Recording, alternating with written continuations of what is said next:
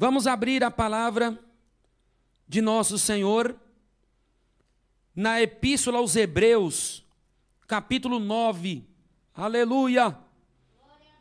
Hebreus, capítulo 9, verso 11 e o 12. Hebreus, capítulo 9, Epístola do escritor aos Hebreus, capítulo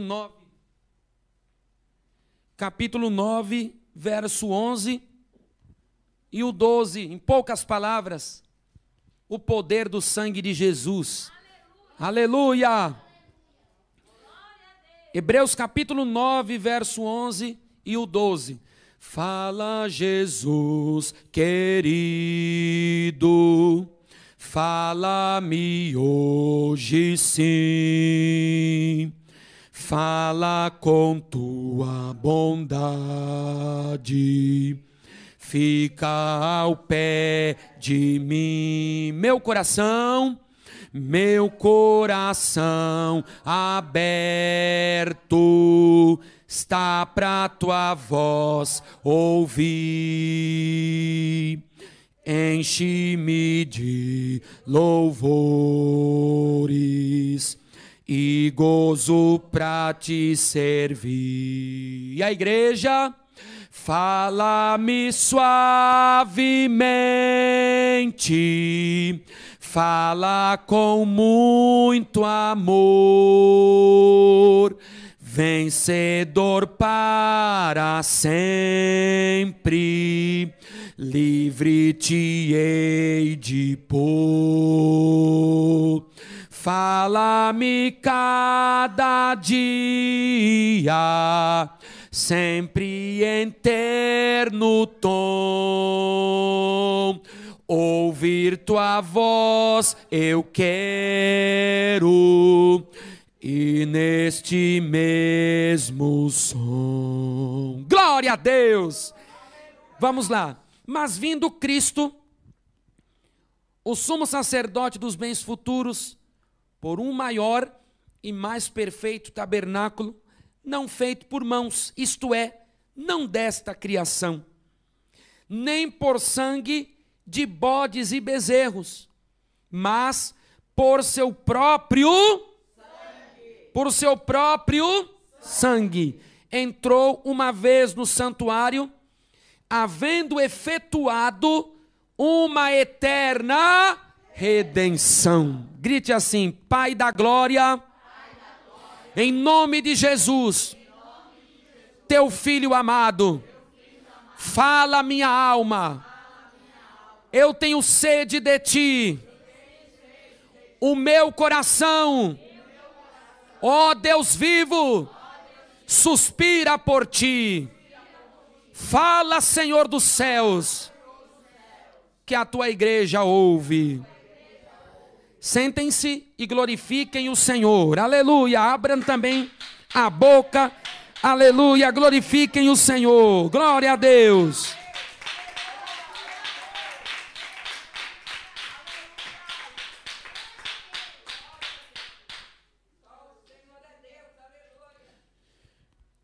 Quando Adão e Eva pecaram no paraíso, a Bíblia Sagrada ressalta que o pecado entrou no mundo. O pecado veio através da desobediência de nossos primeiros pais, que comeram o fruto da ciência do bem e do mal. O próprio Senhor Jesus, em seu ministério terreno, nesta terra, o Verbo encarnado, ele confirmou a existência de Adão e Eva em Mateus capítulo 19, do verso 4 ao verso 6, reiterando que o Senhor no princípio fez macho e fêmea. Ele confirma a existência de nossos primeiros pais, até porque ele estava lá na criação. João capítulo 1, do verso 1 ao 3, no princípio era o Verbo, e o Verbo estava com Deus, e o Verbo era Deus. Ele estava no princípio com Deus. todas as coisas foram feitas por ele, e sem ele nada do que foi feito se fez. E quando o pecado entra no mundo, porque a palavra pecado significa desobediência. Pecado é desobediência a quê? Aos preceitos divinos. Pecado é transgressão. A transgressão em que parte? Transgressão da lei de Deus. Pecado é transgressão de quê? Da lei divina. Pecado é iniquidade. Iniquidade é tudo aquilo que não é direito. Pecado é dívida. Por isso Jesus ensinou: perdoa as nossas dívidas, assim como nós perdoamos aos nossos devedores. E o pecado entra no mundo e faz a desgraça. Ele passa para toda a humanidade. Romanos capítulo 5, versículo 12. Pelo que como por um homem entrou o pecado no mundo, e pelo pecado a morte, assim também a morte passou a todos os homens, por isso que todos pecaram. Só que, devido à introdução do pecado no mundo, Deus, Pai, não foi pego de surpresa. Jesus já tinha se colocado como o Cordeiro que viria da glória para morrer pelos nossos pecados. Sabe por que o pecado não pegou Deus de surpresa? Porque Deus conhece todas as coisas. Isaías 46, versículo 10, Deus conhece o fim desde o começo, e Deus diz as coisas que não são como se já fossem. O nosso Deus conhece todas as coisas, não existe nada encoberto diante do Senhor. Ezequiel capítulo 11, versículo 5, antes que as coisas subam ao vosso coração, eu já conheço. Aleluia! Apocalipse capítulo 13, versículo 8. Jesus, o Cordeiro morto desde a fundação do mundo. Aleluia! Grite assim comigo: Jesus, o Cordeiro morto desde a fundação do mundo. Todos vocês.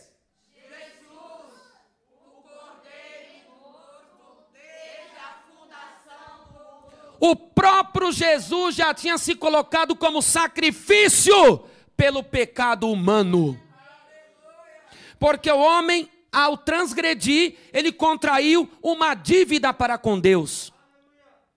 Deus poderia muito bem passar uma borracha ali.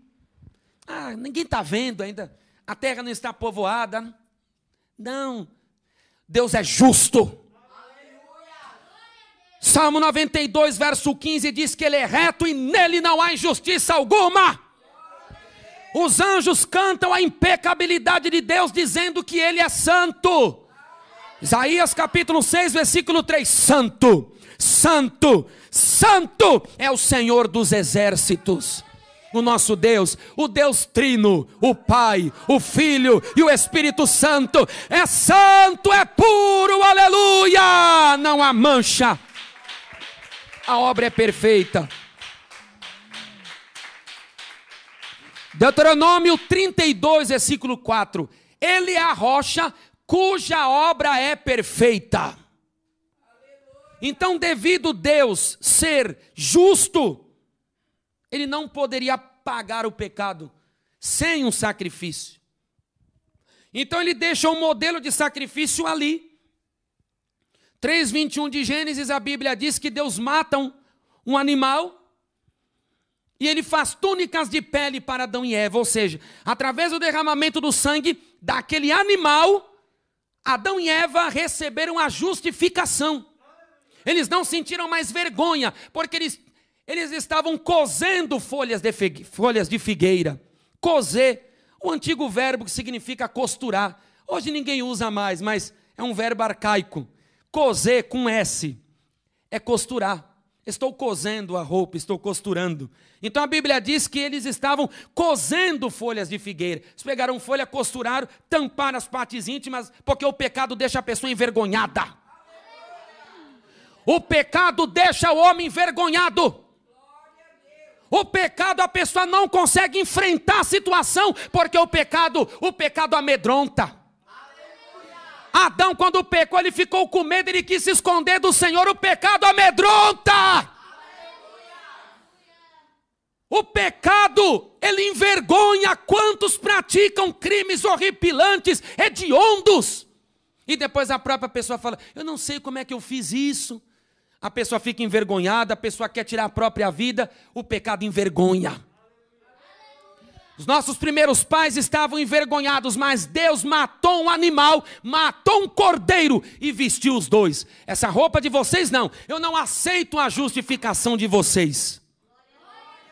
Qual é a justificação humana? Eu não bebo, eu não preciso estar na igreja, eu não fumo. É a justificação humana.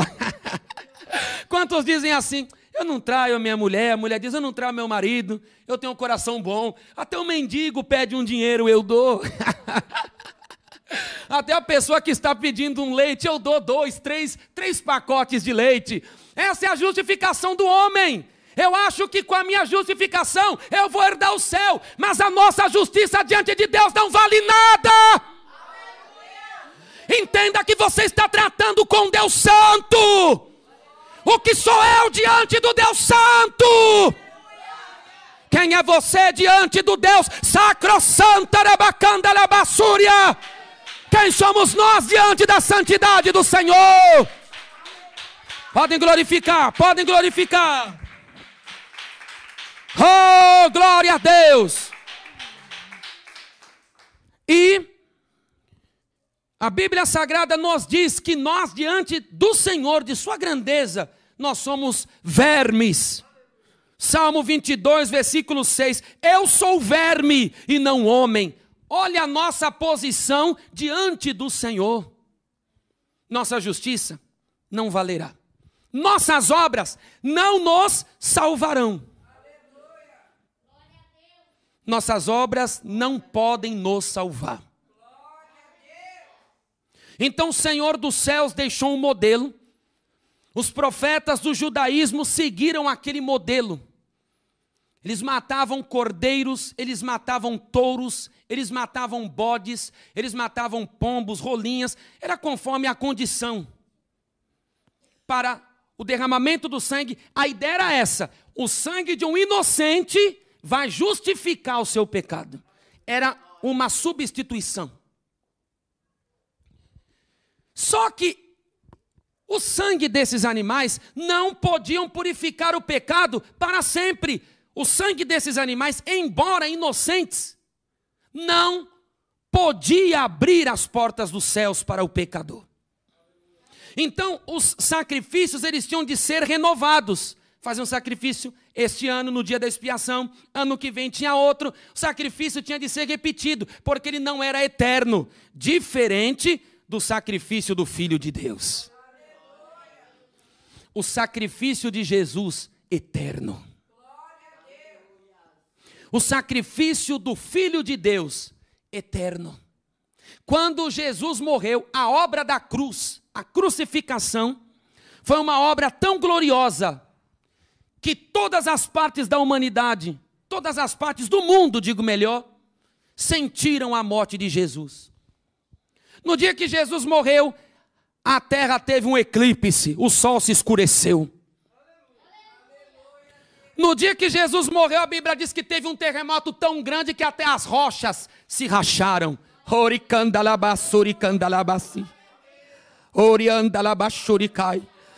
No dia que o Filho de Deus morreu, imagine aqueles ventos passando na hora que ele deu o brado, está consumado.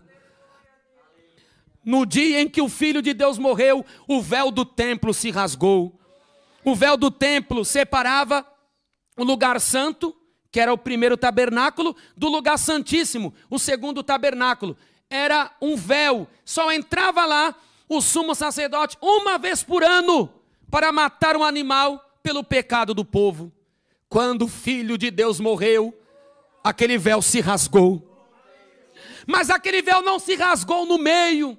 Aquele véu não se rasgou de baixo para cima. Esplendorosamente aquele véu se rasgou de cima para baixo. capítulo 15, verso 38 e 39 de Marcos. E o véu do templo rasgou-se em dois, do alto para baixo. O que significa isso? A salvação veio de cima. Aleluia! A salvação veio do céu. Aleluia! Para todo pecador, para toda a carne humana. O caminho estava aberto. Aleluia! Podem glorificar, podem glorificar. O caminho estava aberto, ou seja, todos podem entrar no santuário, no segundo tabernáculo, no Santo dos Santos, pelo sangue de Jesus, porque Ele abriu o caminho da salvação, do perdão, da remissão, da expiação. Dá glória a Deus! Quando Jesus morreu, a morte dele foi tão tremenda que até aqueles que estavam batendo nele, o chefe do comando da crucificação, o centurião, quando ele viu Jesus gritar, porque a Bíblia diz que Jesus deu um grito muito alto, ele deu um brado, ele gritou, tetelestai, deu aquele grito, ele deu aquele grito, tetelestai, oradasarai, tetelestai em grego, Jesus disse, está totalmente pago, alabasi. Está consumado. A dívida do pecado foi paga. Alabasi.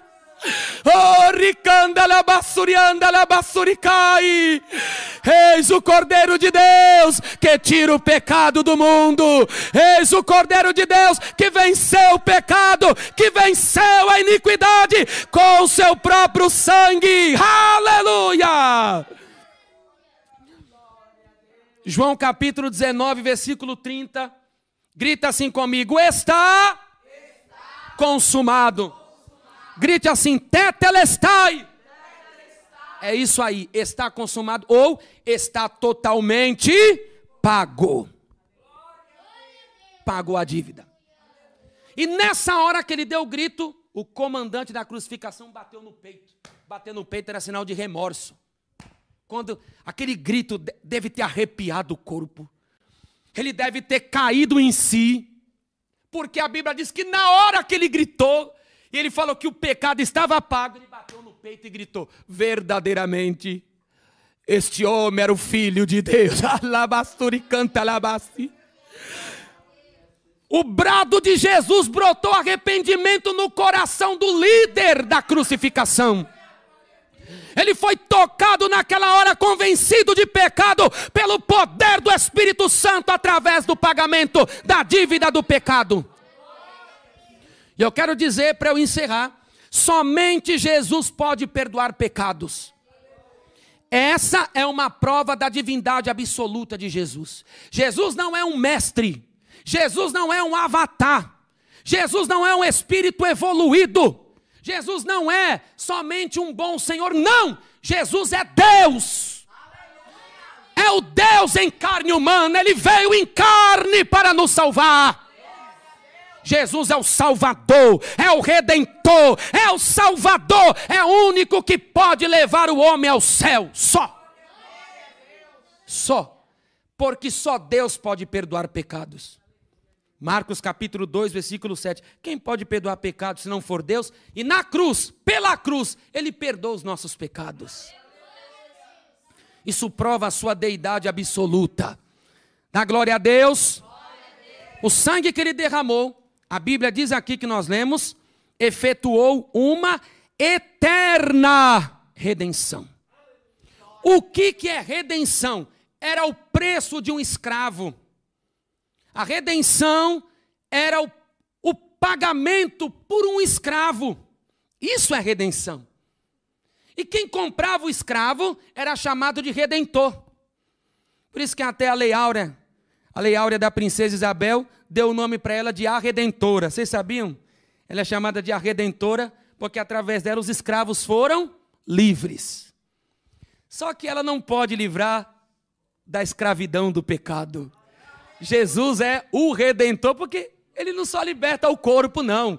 Ele liberta o corpo do vício, ele liberta o corpo da mentira, ele liberta o corpo da jogatina, ele liberta o corpo do pecado, mas ele liberta a alma da escuridão, do inferno. Aleluia! Ele liberta a alma das correntes que levam para o abismo. Então a redenção, nós éramos os escravos do pecado. Ele com seu sangue, ele pagou a dívida. O sangue de Jesus é a única forma de remissão. Não adianta, não tem outra forma de um homem ser purificado. Não existe purgatório, rezas não podem apagar o pecado. Não existe reencarnação, ninguém volta outra vez aqui, ninguém vem em carne de novo para pagar suas faltas, para expiar suas culpas. Não! É mentira, está embarcando numa canoa furada, vai afundar. Ah, mas a metempsicose já do lado dos indianos, que volta até no corpo de um animal. Os Hare Krishnas não matam uma barata. Os Hare Krishnas não matam uma barata porque eles acreditam que a barata, uma mosca, pode ser um parente deles reencarnado. Mas a metempsicose não pode expiar o pecado do homem. É invencionice das religiões. Defumar a casa não pode apagar o peso da culpa. Colocar comida, pôr uma imagem de escultura, acender vela, não pode apagar a culpa do pecado que habita no coração do ser humano, não. Não adianta, não tem outro caminho, é só o sangue de Jesus que pode pagar, que pode, digo melhor, lavar os nossos pecados. Não existe nada que possa limpar o pecado do ser humano, se não for o sangue que ele derramou no Gólgota. Mateus 26, 28. Este é o meu sangue, disse Jesus, derramado por muitos para a remissão dos pecados. Só o sangue pode remir a nossa alma das ofensas. Só o sangue pode conceder ao homem uma nova vida. Quantos andam oprimidos, depressivos, com síndrome do pânico? Quantos andam com ansiedade e tantas obras mortas estão acumuladas dentro deles? Só o sangue de Jesus purifica a consciência da obra morta. Em geral, o depressivo ele vive de obra morta. Ai, um dia eu fui feliz. Ai, agora não perdi aquele emprego, perdi aquele casamento, perdi aquele carro. Ele vive do passado, de obras mortas, de coisas que aconteceram. Mesma coisa acontece com o ansioso. Seu coração acelera, ele tem sudorese, ele começa a tremer, eu vou morrer, sendo que outras vezes ele teve a mesma coisa, ele vive preso a obras mortas. Mesma coisa quem tem síndrome do pânico, não pode ficar no escuro, não pode ir num lugar onde é tudo fechado, a pessoa fala, eu vou morrer, ai, eu estou sentindo, ele já passou por isso, ele vive de obras mortas. E por que se consultam com psicólogos e não conseguem a cura? E por que vão para mais alto, vão para os psiquiatras, mas também não conseguem a cura? Porque a consciência é só o sangue de Jesus que pode lavar. Lá dentro, no profundo do ser humano, é só o sangue vertido no Gólgota que pode purificar, que pode lavar, libertar. Oh, glória a Deus, aleluia! Oh, glória! Hebreus capítulo 9, versículo 15. Hebreus capítulo 9, versículo 14 e 15. Diz que o sangue de Jesus purificará a nossa consciência das obras mortas. É só o sangue. Só o sangue de Jesus que expulsa demônios. Só o sangue de Jesus pode vencer a bruxaria. Só o sangue de Jesus pode vencer obras malignas. A Bíblia diz que Satanás não pode expulsar Satanás. Mateus capítulo 12, versículo 26. Senão seu reino não fica de pé. Então quantos vão a religiões afro? Quantos vão a médiuns? Porque eles acreditam ali eu vou conseguir a felicidade. Ali eu vou conseguir me libertar desses maus fluidos. Não. Satanás não pode expulsar Satanás. Só quem pode vencer o despacho é o sangue do Senhor. Só quem pode vencer os espíritos guias, o sangue do Senhor. Só quem pode vencer as palavras de maldição, o sangue derramado no Gólgota. Só quem pode vencer os atabaques, aquele barulho de atabaque, é o sangue de Jesus que contra ele o maligno não pode, as obras do mal não podem vencer. O sangue do Senhor. Só o sangue, só o sangue, só o sangue, só o sangue, só o sangue, só o sangue. Só o sangue do Senhor. Você vai ver o que eu vou fazer para você. Você vai morrer. Você vai ser destruído, desgraçado. O sangue de Jesus vence. Não existe obra do inferno que o sangue de Jesus não vença. Não existe demônio que o sangue de Jesus não expulse. Quem está coberto por esse sangue, vence todo mal. Quem está coberto com este sangue, tem vitória em nome de Jesus. Apocalipse capítulo 12, versículo 11. Eles venceram pelo sangue do... Eles venceram pelo sangue do Cordeiro. Só o sangue é a nossa vitória. Amém? Guarde essa mensagem no seu coração. Quem crê no sangue, aleluia. Que sangue glorioso saiu de meu Jesus. Que sangue precioso vertido foi na cruz. De novo. Que sangue precioso saiu de meu Jesus. Que sangue glorioso vertido foi na cruz. Amém? E eu quero agora, você que ouviu a palavra, os internautas também, e vocês querem aceitar Jesus como único e suficiente Salvador. E neste momento, eu quero fazer o apelo, e até os que estão aqui dentro também, que não são crentes, e os que estão na transmissão, para aceitar a oferta de salvação pelo pecado. Não deixe para amanhã, amanhã pode ser tarde demais. Não se prenda à sua religião, à tradição de pais, porque a Bíblia diz que o Senhor nos resgatou de nossa vã maneira de viver, que pela tradição de nossos pais havíamos recebido. E fomos libertos, olha outra vez, com o precioso sangue de Cristo. Como de um cordeiro imaculado e incontaminado. 1 Pedro capítulo 1, versículo 18 e 19. O sangue de Jesus foi derramado como pagamento pelo nosso pecado. O sangue de Jesus é a nossa redenção. O sangue de Jesus abriu as portas dos céus para o pecador. Eu quero convidá-lo hoje. Não brinque com a sua eternidade. Não brinque com seu futuro. Eis a oportunidade agora. Se morrer em pecado, não tem mais direito da salvação. Se morrer em pecado, não tem mais como ser salvo.